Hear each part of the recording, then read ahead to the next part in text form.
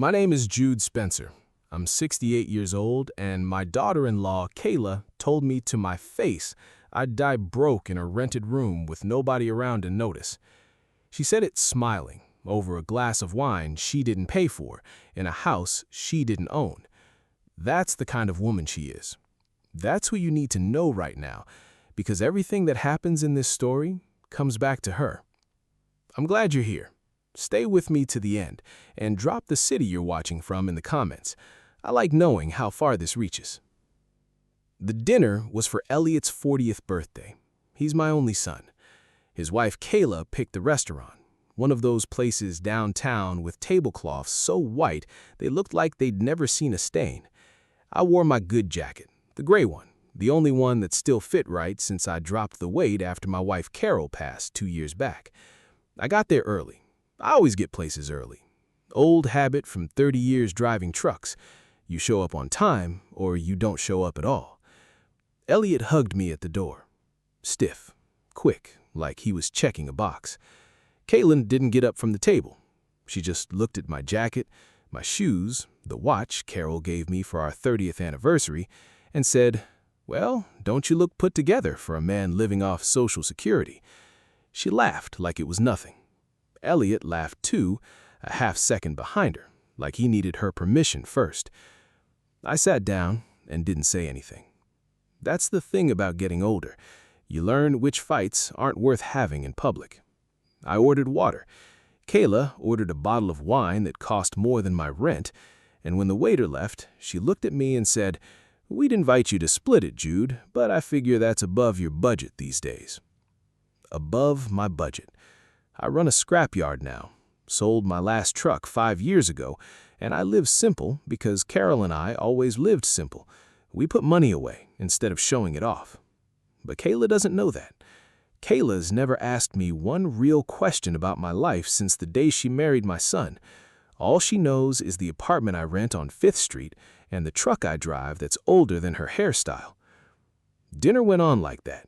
Every comment I made, she found a way to turn it into a joke about money. When I mentioned I still volunteer down at the Veterans Hall 3 days a week, she said, "That's sweet, Jude. Gives you somewhere to go, I guess." Elliot never once told her to stop. He just cut his steak and kept his eyes on his plate, the same way he used to when he was 12 and scared of getting in trouble. Then she leaned back in her chair, wine glass in hand, and said the thing I won't forget. "Honestly, Jude, we worry about you. Living alone, barely scraping by, you're gonna die poor and alone, and there's nothing anybody can do about that." Elliot didn't say a word. Not one word. My own son sat there and let his wife say that to me and just kept eating. I didn't argue. I didn't raise my voice. I put my napkin on the table, told them both good night, and walked out into the parking lot alone. But here's what Kayla doesn't know, what neither of them know. I sat in my truck that night, hands on the wheel, and I made a phone call. Not to Elliot, not to apologize or beg for a kinder word. I called a man named Frank Delaney, my attorney, at 9:40 on a Tuesday night, and I said 4 words that were going to change everything. "Frank, I'm ready now." He didn't ask ready for what. He already knew. The next morning, I sat in Frank Delaney's office on 3rd and Main, the same office where he'd helped me and Carol write our first will 20 years back. Frank's older now, gray at the temples, but he still remembers everything about my life without me having to explain it twice. "You sure about this, Jude?" he asked, sliding a folder across the desk. "Once we start moving on the property, there's no quiet way to walk it back." I thought about Kayla's face over that wine glass. "You're gonna die poor and alone." I thought about Elliot cutting his steak, saying nothing, like his silence didn't count as an answer. "I'm sure," I said. Here's what nobody at that dinner table knew. When Carol and I sold the trucking company back in 2009, we didn't spend it. We didn't buy a bigger house or a nicer car. We put it into land. 3 lots outside Dayton that everybody said were worthless swamp ground. 15 years later, the city ran a new interstate spur 2 miles from that land, and it wasn't worthless anymore. Add to that the pension, The 401k Carol managed like a hawk, and the life insurance from her passing, and I was sitting on just under $2.3 million. I never touched it. I liked my small apartment. I liked my truck with the dented door. Money never impressed me. Carol taught me that. I let people believe what they wanted to believe, including my son.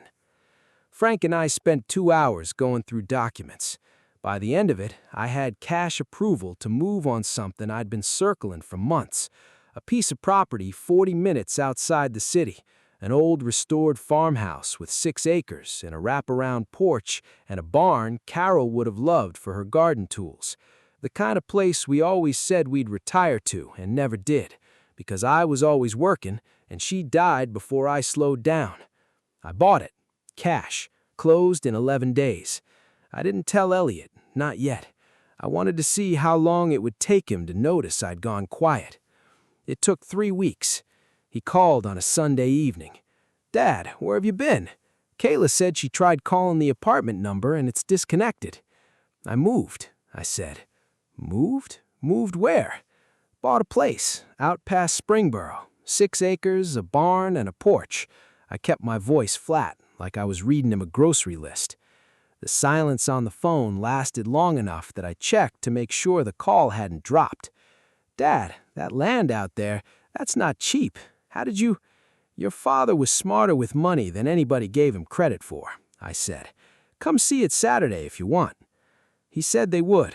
I could hear Kayla in the background asking what was going on, her voice sharp and fast, already circling something.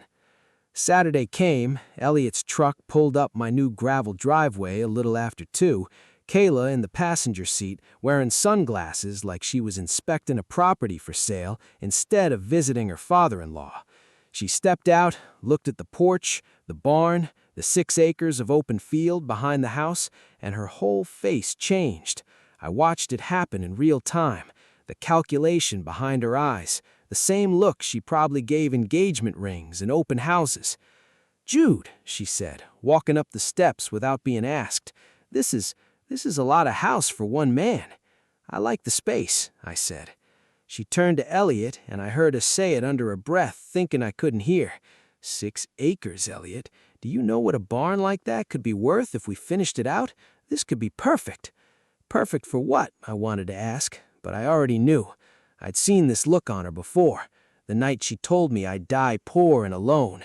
Same hunger, different target now. I invited him in for coffee. Kayla walked through my new house like she was already measuring the windows for her own curtains, already deciding which room would be the nursery. I let her keep walking. I let her keep dreaming. Because 2 days before they showed up on my porch, I'd already sat back down with Frank Delaney and signed the one document that was going to matter more than anything else in this story, and neither of them had any idea it existed yet. Kayla came back to the farmhouse the following weekend without Elliot. She called first, which surprised me, said she wanted to talk mother-daughter, which was funny because we'd never once had a real conversation that wasn't about money or my apartment or how I should be grateful for whatever scraps of attention she threw my way. I told her to come by Saturday afternoon. I had coffee ready when she pulled up in her white SUV, dressed like she was heading to a real estate open house instead of visiting family. Cream blazer, heels that sank into my gravel driveway with every step. "Jude," she said, settling into the chair across from me on the porch, "I've been thinking about our conversation last weekend, about the house." "What about it?" "Well," she smiled, that smile, the one that never once reached her eyes in 3 years of knowing her. "Elliot's up for partner at the firm next spring. That's a lot of pressure, a lot of expectations from the partners' wives, dinners, that whole world. And we're trying for a baby again after everything that happened before." I kept my face still. I didn't know what everything that happened before meant yet, but I filed it away. "This house," she went on, gesturing at the porch, the barn, the field stretching out gold in the afternoon light, "it's wasted on one person, Jude. I don't say that to be cruel. I say it because it's true. You could live in the guest wing. I saw you have that whole downstairs room with its own bath, and Elliot and I could raise our family here, give you company, grandchildren running around. Wouldn't that be better than sitting out here alone every night?" There it was, the same offer wrapped in new paper. Last time it had been assisted living, get me out of my apartment and into a home where I'd stop being an inconvenience. This time it was the opposite direction, get me out of the way inside my own house, shrink me down to one wing, one bathroom, one guest room in a place I paid for in full, in cash, with money she still had no idea existed 6 months ago. "That's an interesting thought," I said, because I wanted to see how far she'd take it. Her whole posture relaxed, like she'd already won. "I knew you'd see it that way. I've been picturing the nursery in that room upstairs with the big window, the one that catches the morning light, and Elliot could finally stop worrying about you being out here by yourself. It really would be perfect for everyone." Everyone except me, apparently, who'd be tucked into a back room like a piece of furniture nobody wanted to look at. "I'll think about it," I told her. She left an hour later, practically floating to her car. I stood on my porch and watched her go, and for the first time in a long while, I didn't feel angry. I felt something colder than that, something steadier. That Monday, I drove into Dayton and sat down with Frank again. I told him everything. The porch conversation, the guest wing, the baby, the partnership, all of it. "You know what this reminds me of?" Frank said, leaning back in his chair. "Every family I've watched try to circle a parent's assets does the exact same dance. First, they tell you you're a burden. Then, the second they see what you actually have, you become an opportunity. Same people, same greed, different sales pitch." "I want the language locked down," I said. "Not just naming Silver Ridge as beneficiary. I want it written so neither Elliot nor Kayla can live in that house, visit that house, or benefit from that house in any way, ever, under any circumstance. And I want a non-contest clause.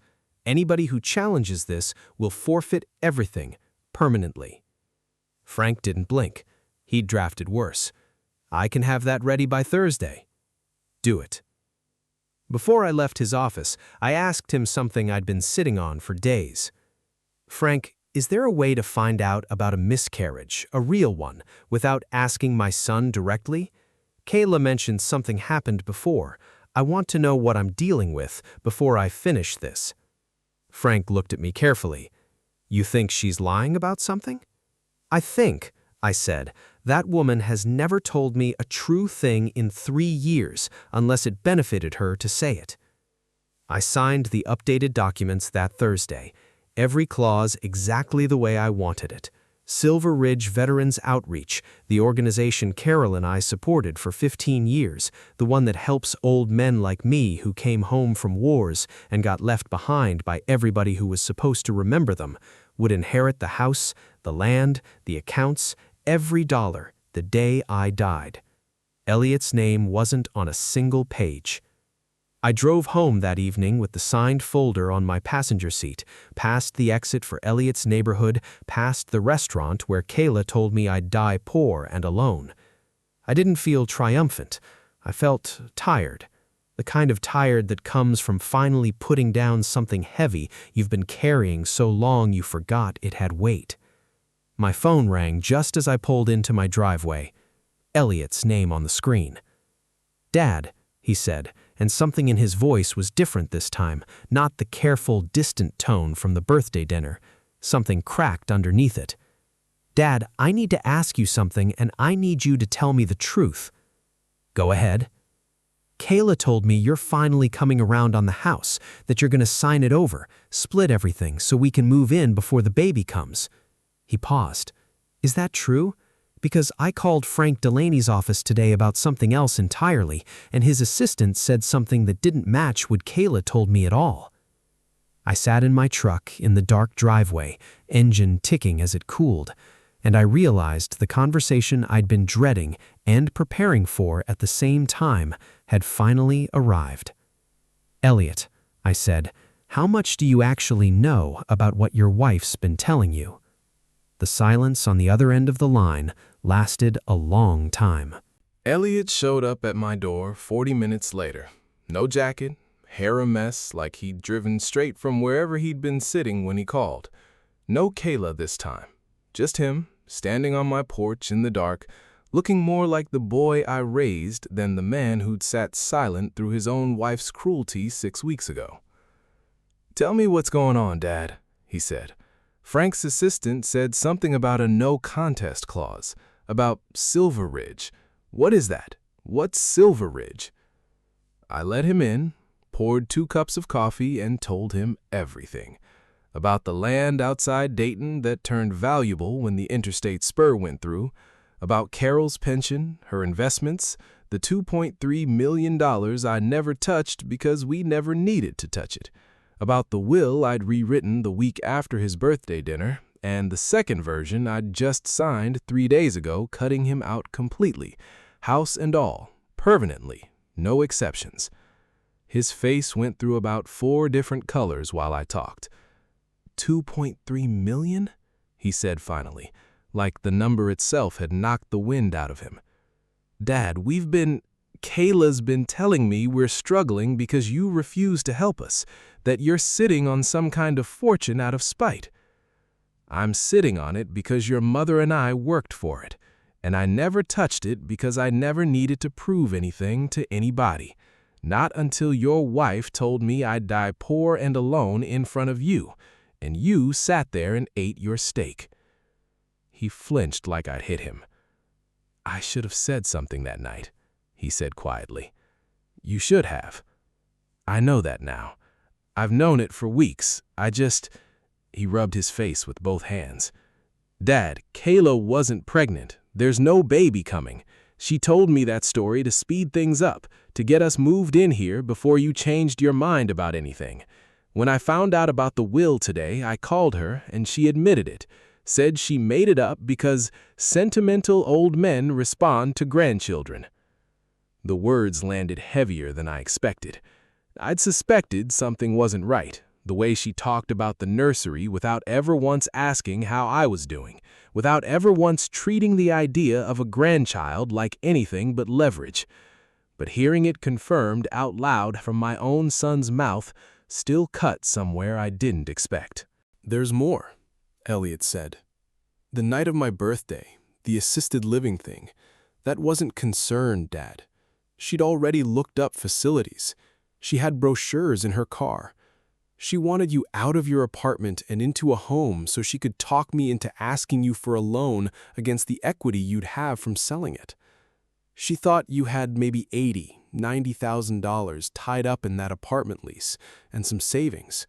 She had no idea about any of this." He gestured around at the house. "None of it. She was gambling on a fraction of what you actually have, and she was willing to humiliate you at a restaurant to get the ball rolling." I sat with that for a long moment. 38 years of raising this man, and here he was, finally telling me the truth 6 weeks too late. "Why didn't you stop her that night, Elliot? Not the money part, the other part. The part where she told your father he was going to die alone." His eyes were wet now, and for the first time since Carol's funeral, I saw my son actually break down in front of me. "Because I was scared of her, Dad. I've been scared of her for 2 years. She controls everything. The money, the house, what I'm allowed to say to my own family. I told myself staying quiet was keeping the peace. It wasn't. It was cowardice. And I let her humiliate you because it was easier than facing what our marriage actually was." I didn't say anything right away. Outside, the wind was moving through the field behind the house, and somewhere out there, an owl was calling. The same sound Carol used to say meant good luck was coming, though I never much believed in that kind of thing. "I'm not changing the will, Elliot," I said finally. "Not tonight, maybe not ever. What I do know is this: I'm not going to sit across from a man who let his wife tell me I'd die poor and alone and then just hand him the house like nothing happened. That's not how respect works. You don't get to inherit forgiveness. You earn it." "I understand," he said. And he did seem to, in a way. He hadn't 6 weeks ago. "What do I do?" "You go home. You figure out what kind of marriage you actually have. And you figure out what kind of son you actually want to be, separate from whatever she's telling you to be." He left a little after 10. I watched his taillights disappear down my gravel driveway, and I sat alone on my porch for a long time after, coffee gone cold in my hands. My phone buzzed twice before midnight, both times Kayla's number. I didn't answer. The third time, close to 1 a.m., it wasn't a call, it was a text, and it wasn't from Kayla. "Dad, she just told me something else, something about the fake pregnancy last year too, the one before this one. I need to see you tomorrow. There's more you don't know, and I think you need to hear it before you decide anything." I read it twice in the dark. Whatever Elliot was about to tell me, I had a feeling it was going to change everything I thought I understood about the past 2 years. Elliot came back the next morning, and this time he brought a folder of his own. I met him on the porch with coffee already made. He looked like he hadn't slept, same clothes as the night before, eyes red at the edges. He set the folder on the table between us before he even sat down. "I went through our bank statements last night after she went to bed," he said. "Really went through them, line by line, going back 2 years. And? There was no miscarriage last year either, Dad. I believed her when she told me. I grieved something that never existed." His voice cracked on the word grieved. "There's a payment in here 11 months ago to a clinic, not for what she told me it was for. I called this morning and confirmed it myself. She terminated a pregnancy without telling me she was pregnant at all, then told me 2 weeks later that she'd lost a baby I never knew we were having, so I'd feel sorry for her, so I'd stop asking questions about where the money was going. I didn't say anything. Some things don't need a response, they just need room to sit in the air." "There's more," he said, sliding the folder toward me. "She's been moving money for months, small transfers, a separate account I didn't know about, and texts, Dad. Texts to a man named Preston Yates. She's been telling him the same thing she told us about the house, that once she got you settled into the guest wing, once she had you dependent on us, she'd find a way to get power of attorney, get control of everything. She wasn't planning on raising a family here. She was planning on managing you out of your own life, piece by piece, until there was nothing left to manage." I read 3 of the texts myself. I won't repeat what they said. I'll only say that hearing a woman describe your slow erosion like a business plan does something to a man that's hard to put into words. 30 years driving trucks, 40 years married to a woman who never once looked at me and calculated what I was worth, and here was somebody circling me like I was a property listing with an expiration date. I filed for divorce this morning, before I drove out here. I wanted you to know that wasn't about the will or the money or any of this. He gestured at the folder. It's about the fact that I don't recognize the man I've been for the last 3 years, and I don't want to keep being him. I looked at my son for a long time, the boy who used to plant tomatoes with me in Carol's garden, the young man who cried at his mother's funeral until he had nothing left in him, the husband who sat silent at a birthday dinner while his wife told his father he'd die poor and alone. "That's a start," I said. "It's not everything, but it's a start. I know I can't undo what happened at the restaurant. I know I can't undo sitting there and saying nothing while she humiliated you. I'll carry that. But I'm asking if there's any room left, if I could earn my way back to something. Not the house, not the money, just you." I thought about Carol, about what she would have said watching this conversation happen on the porch of the house we always dreamed about and never got to share. She'd have told me forgiveness and inheritance are two different things, and a man can offer one without ever touching the other. You can visit. Sundays. No talk of money, no talk of the will, none of it. You show up because you want to see your father, or you don't show up at all. His eyes filled again, but this time he didn't look away from me. I'll be here every Sunday, I promise you that. Kayla tried calling 3 more times that week. I let every one of them go to voicemail. On the 4th day, a certified letter arrived from a lawyer I didn't recognize, some opening move about spousal claims and marital assets, fishing to see if any of my money could be dragged into Elliot's divorce. Frank Delaney handled it in one afternoon. Everything I owned was mine before Elliot ever met her, protected, untouchable, exactly the way Carol and I built it 30 years ago, before either of us knew a woman like Kayla Reynolds would ever exist in our lives. I never saw her again after that porch conversation. I heard through Elliot months later that she'd moved 2 states over, that Preston Yates hadn't worked out the way she'd planned, that karma has its own timeline and doesn't need my help to collect what it's owed. The house outside Springbarrow is still mine. Elliot comes every Sunday, just like he promised. Sometimes we sit on the porch and don't say much of anything at all, and that's fine by me. Some Sundays he brings his tools and we work on the barn together, the way I always pictured doing with Carol before she got sick. I'm not angry anymore. I spent enough years being angry, first at the world for taking Carol, then at my son for staying silent, then at a woman who saw an old man's love as nothing but an asset to be managed. What I have now is quieter than anger.